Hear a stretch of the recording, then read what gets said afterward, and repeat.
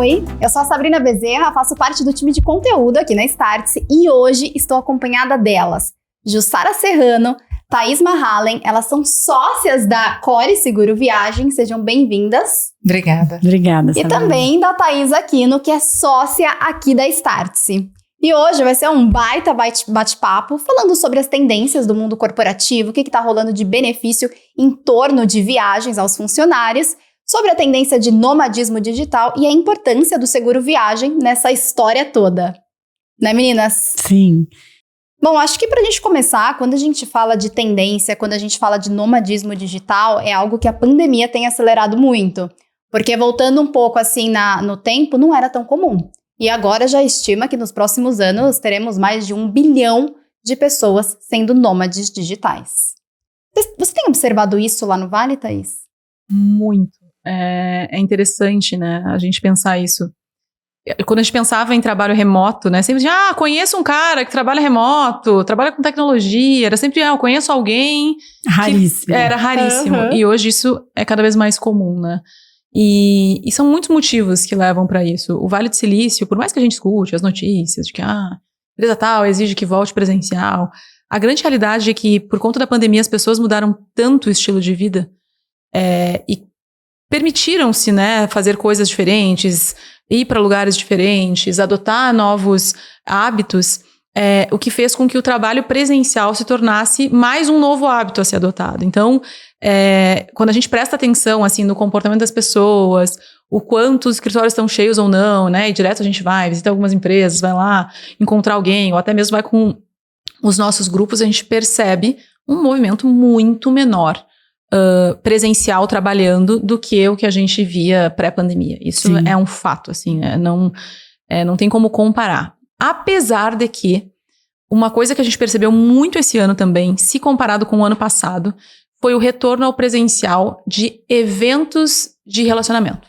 Então, assim, as pessoas talvez não estão vendo o mesmo valor em ir para o escritório, porque exige todo realmente um emprego, né, de valor de tu estar porque é uma reunião, é dinâmica, é algo que tu vai fazer em times, em equipes e precisa estar presencialmente.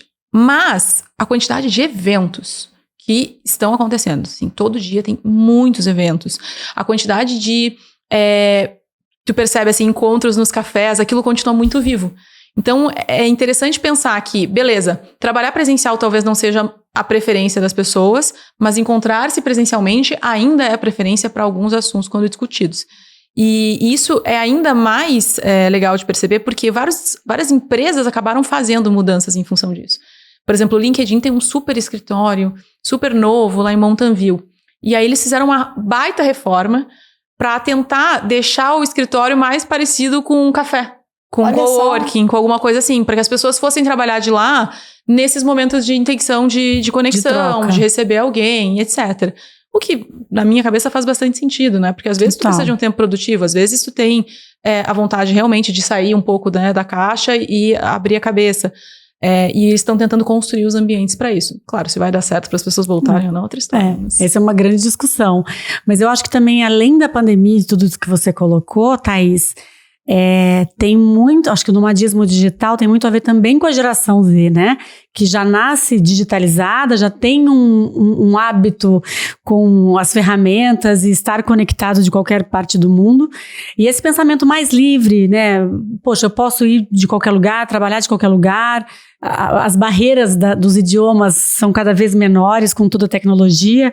Então, a gente viu, por exemplo, lá na Cores, pré-pandemia, a gente vem de seguro viagem, por exemplo, até 1 ano e meio. Você pode ficar até 1 ano e meio seguido, sem voltar, e a gente dá cobertura.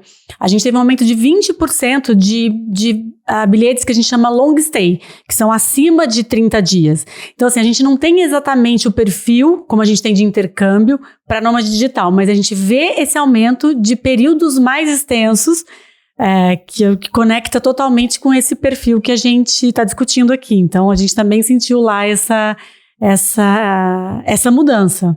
Isso é bem legal, né? Se a gente for pensar, a economia, né, tradicional fala muito disso, né? Quais são os sinais que a gente consegue observar para acompanhar uma mudança econômica relevante, seja ela geracional, seja ela por período histórico, o que quer que seja. E eu lembro que um dos primeiros a trazer essa informação era o Airbnb, né? Porque ele dizia que as estadias estavam ficando mais longas, teve toda aquela mudança nas empresas, na empresa mesmo, né? Na estrutura deles. E isso é bem legal saber, né? Que, vocês trazem uma sensibilidade de mercado, de inteligência, de comportamento que eventualmente nunca pensaria, né? Tipo, mas onde que isso pode estar respingando? Seguro viagem. E a gente tem historicamente que justamente quanto maior o tempo de estadia, maior a possibilidade da pessoa sinistrar, né? E ter algum problema, precisar de um hospital, precisar de alguma coisa, ou acontecer uma emergência, alguma coisa mais grave. Então isso aumenta com a quantidade de tempo que ela passa. Interessante.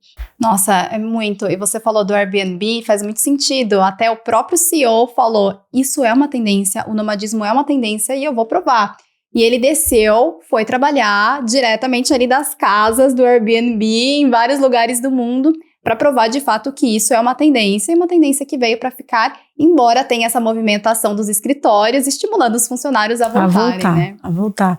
E tem um link interessante que você comentou, Sabrina, sobre o benefício corporativo, e aí indo também, né, por essa flexibilidade ou não, que a gente sente também muito o perfil de executivos, empreendedores que viajam a trabalho, mas que associam o lazer. Então vai fazer um esqui, vai fazer algum tipo de esporte, bike, uma caminhada, enfim.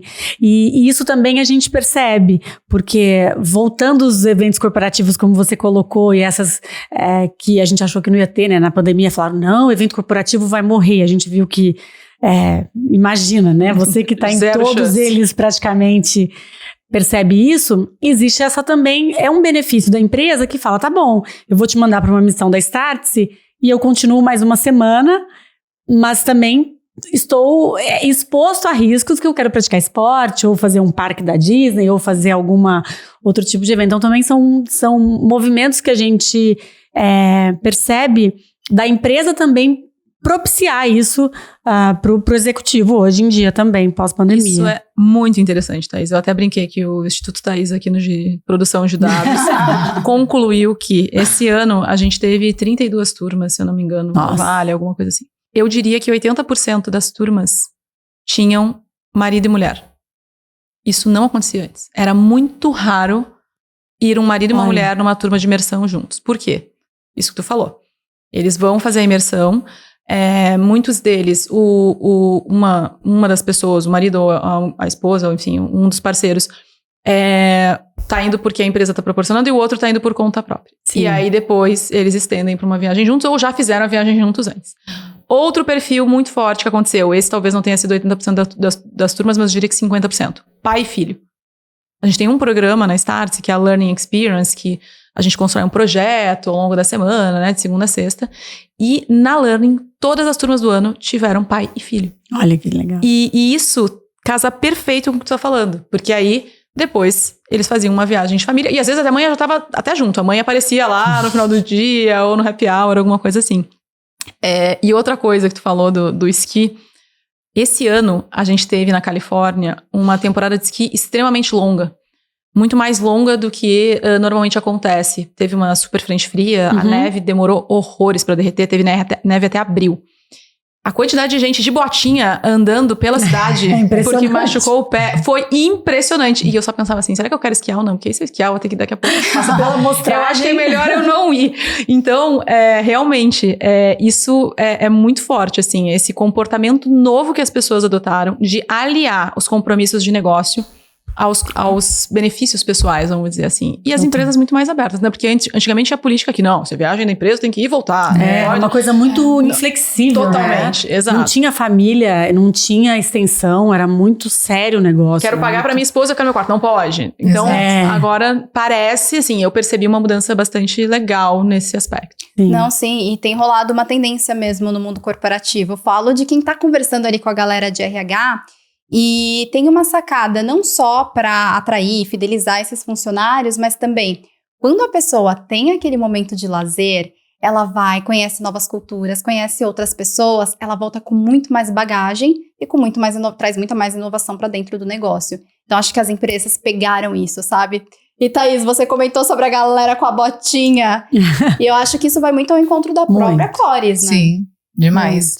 A gente tem as questões de esqui aí não só nos Estados Unidos, né, na temporada, mas aí também acontece bastante Argentina, Chile, né, aqui na América Latina. E janeiro, por exemplo, estourou o caso na França, né, assim, de acidente com neve, que as pessoas vão.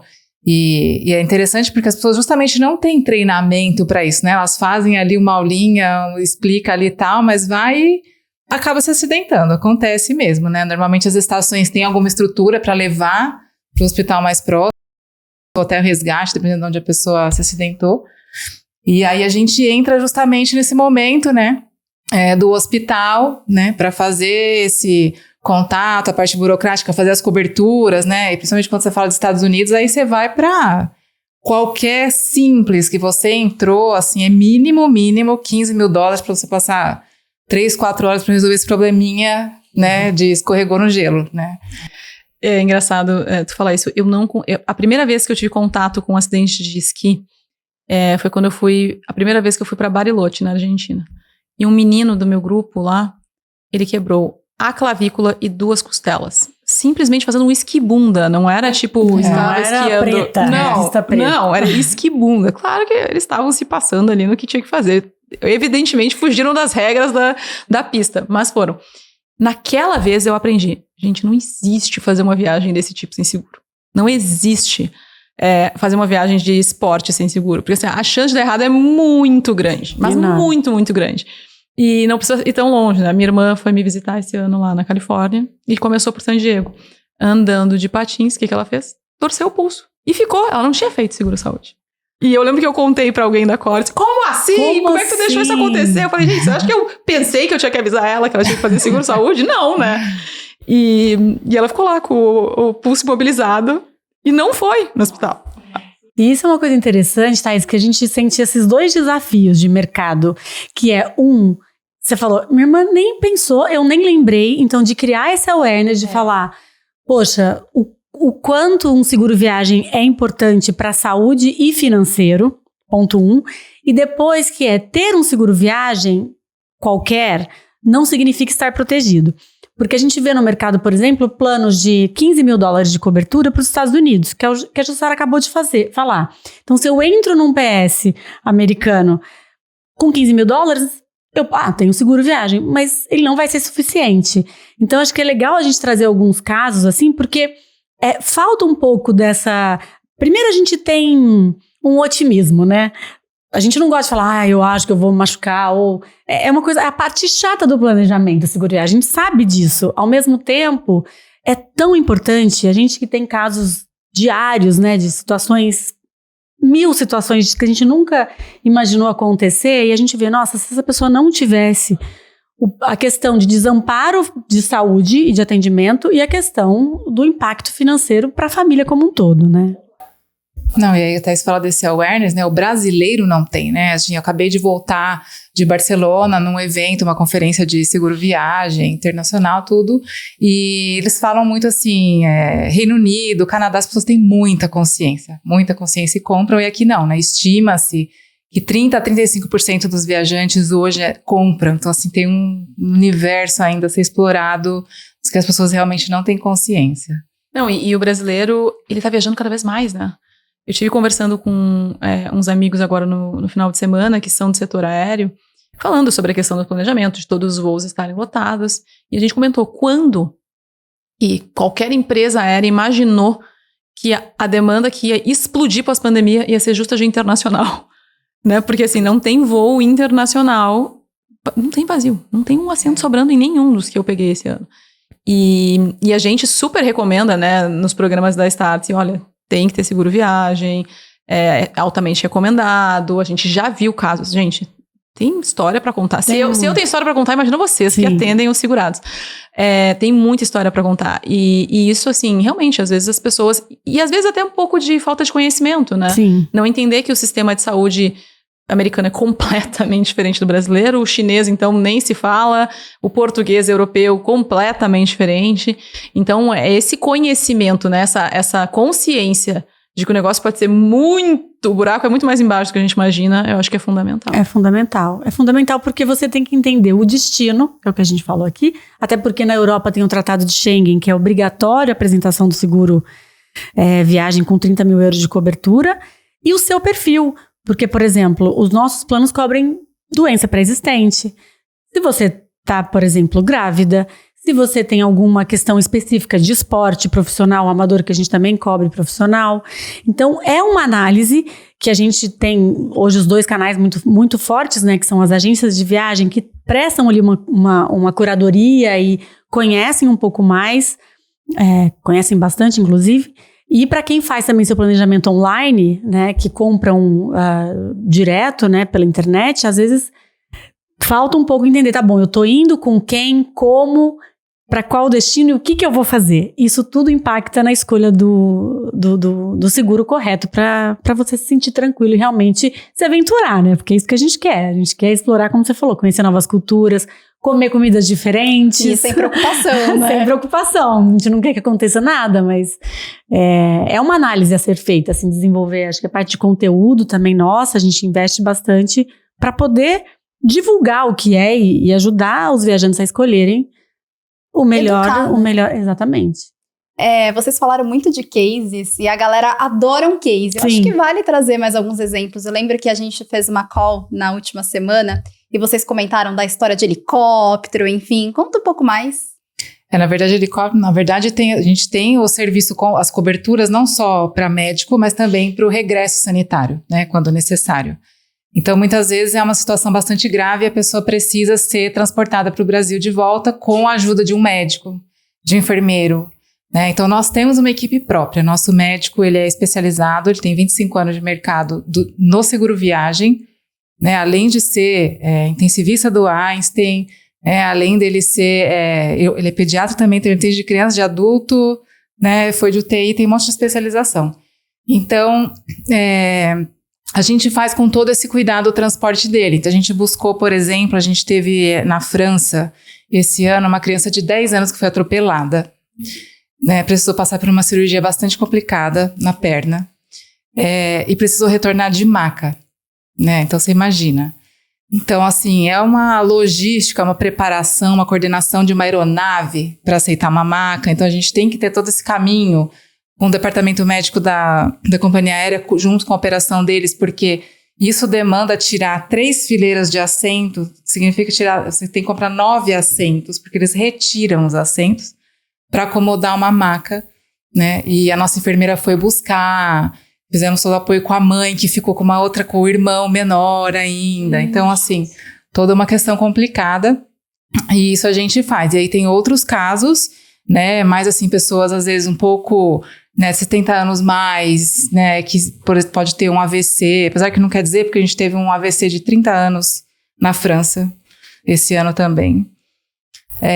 Mas a gente teve recente, né, nos Estados Unidos, às vezes assim, uma infecção, 2 casos inclusive, né, de uma infecção que evolui para algo muito mais complicado, e a pessoa fica hospitalizada um tempo. Para você ter uma ideia, esse caso de um senhor, ele ultrapassou $1 milhão.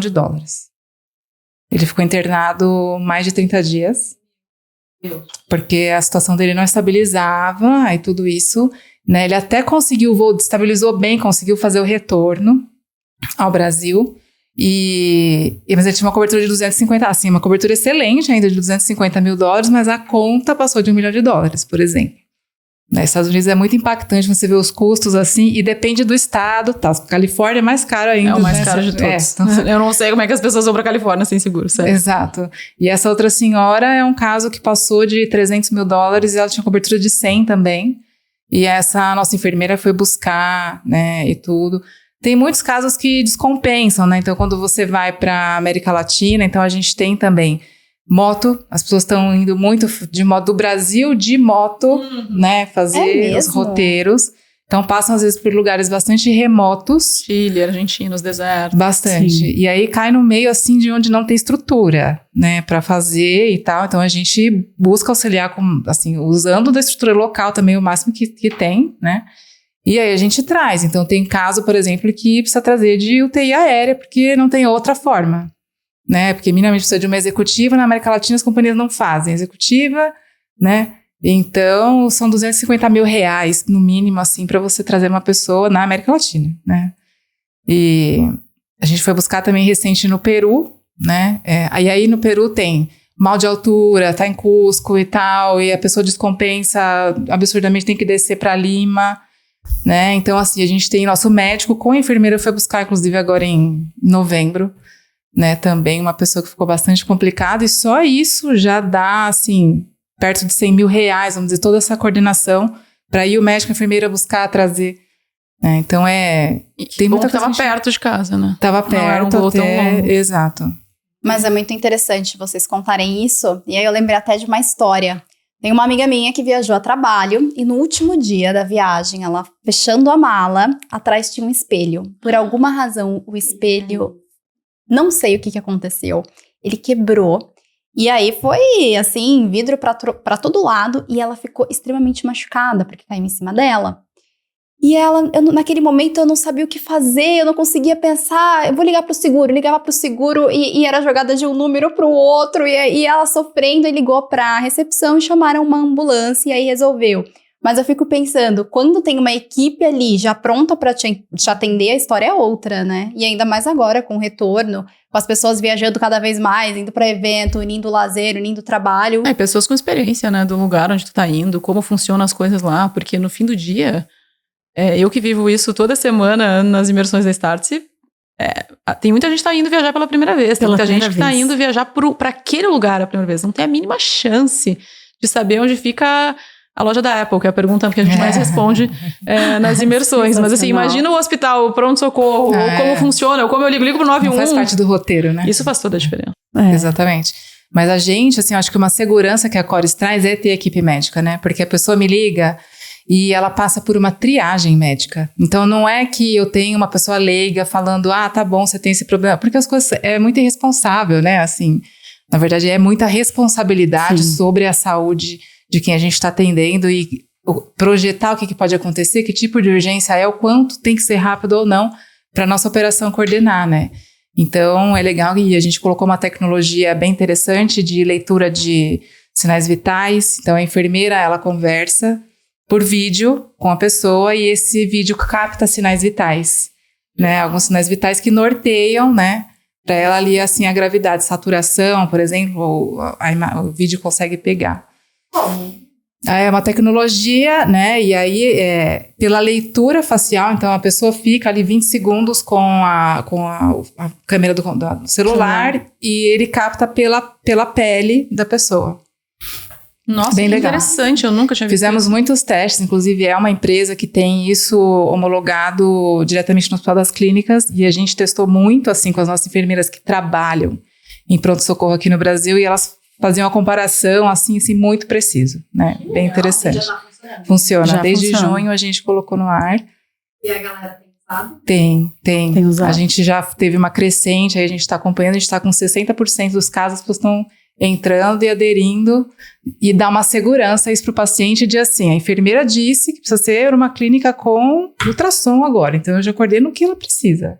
Não tem retrabalho, né? Isso sobre tecnologia é algo muito interessante, né? Porque todo mundo tem uma certa restrição à tecnologia até o momento que ela facilita tanto a tua vida que tu não tem como dizer que não. Então, imagina, não queria consulta à distância, agora todo mundo só quer fazer teleconsulta porque é muito mais fácil, se possível, né?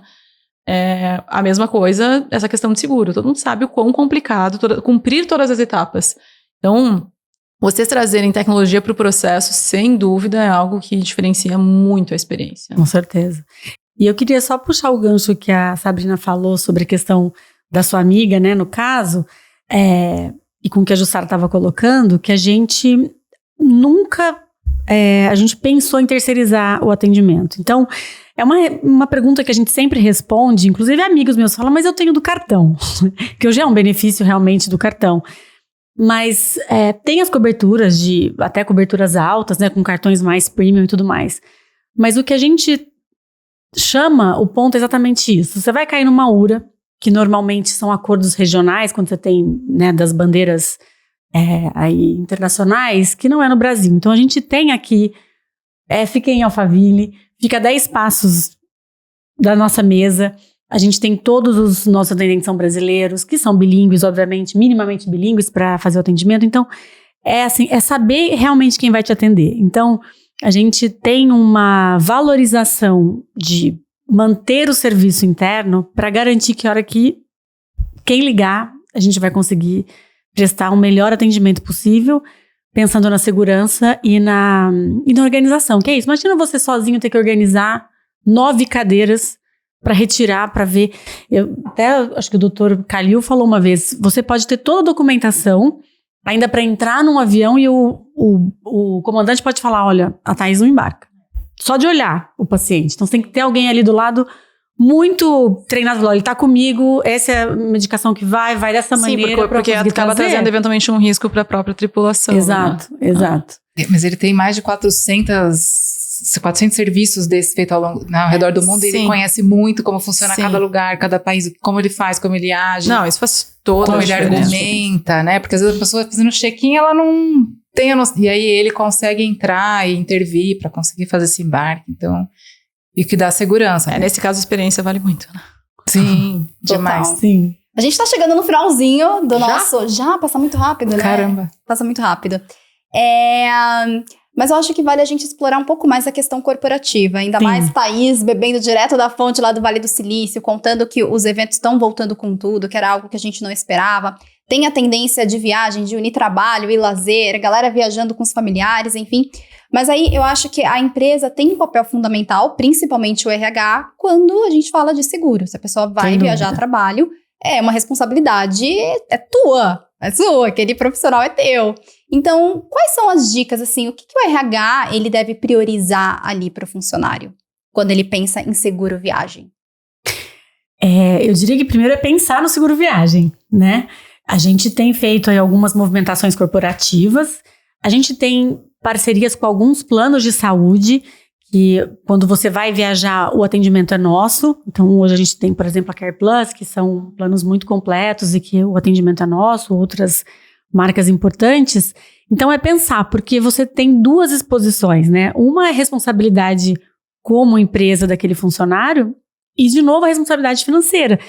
Trazer R$250 mil não previstos para a empresa é um baque, né? Nenhuma empresa faz fundo disso, né? Ninguém faz fundo disso. E ele tá, né, em seu nome, viajando numa missão e tudo mais. Ou quando você é empreendedor, que a gente tem aqui, né, a gente também é aluno do Master, já fizemos missões e tudo, a pessoa tá bancando todo o seu business e a sua viagem, né? Então, também é uma exposição. Então, primeiro é pensar e escolher um parceiro né, uma empresa que você tenha um acesso rápido.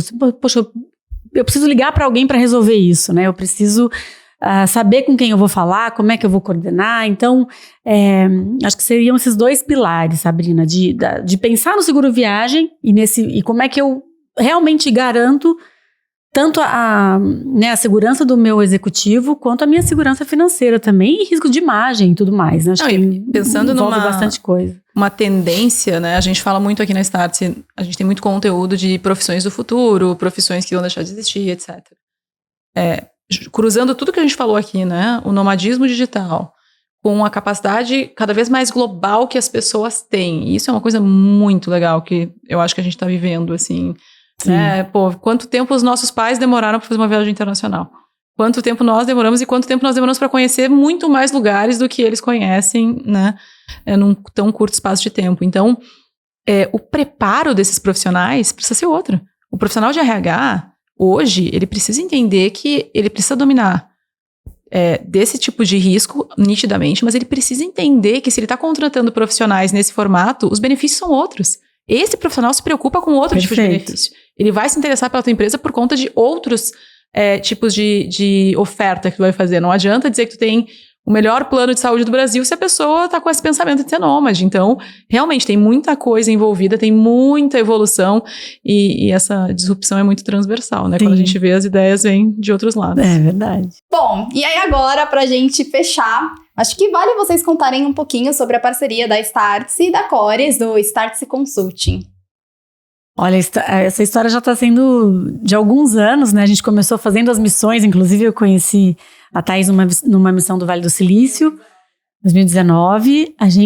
Hoje somos 8 sócios, os 8 fizeram Master esse ano, e a gente esse ano fechou a consultoria da Certes Consulting com o Piero e Mário e tudo mais, então a gente está planejando 2024, pensando na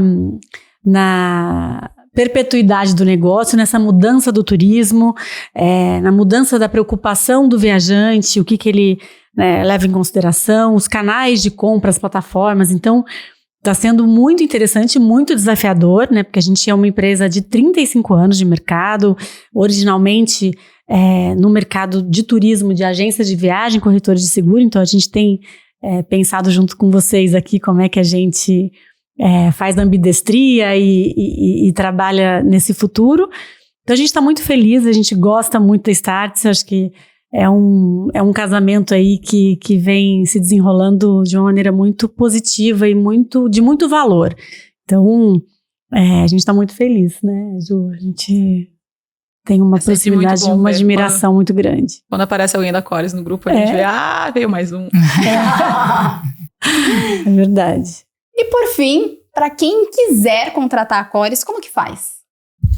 Olha, podem me contatar, depois eu posso deixar meus dados aqui. A gente deixa na descrição. Deixa na descrição, exatamente. Então, eu cuido da venda direta, então a gente tem um site, né, que é o cores.com.br/seguro viagem, que você consegue fazer as cotações, os planos. Eu tenho vendedores também à disposição via WhatsApp que conseguem tirar dúvidas, porque o seguro viagem, diferente de passagem, que você sabe como faz, ele demanda exatamente as perguntas que a gente falou no começo. Poxa, eu tô grávida, vou passar pelos Estados Unidos e vou pra Europa depois.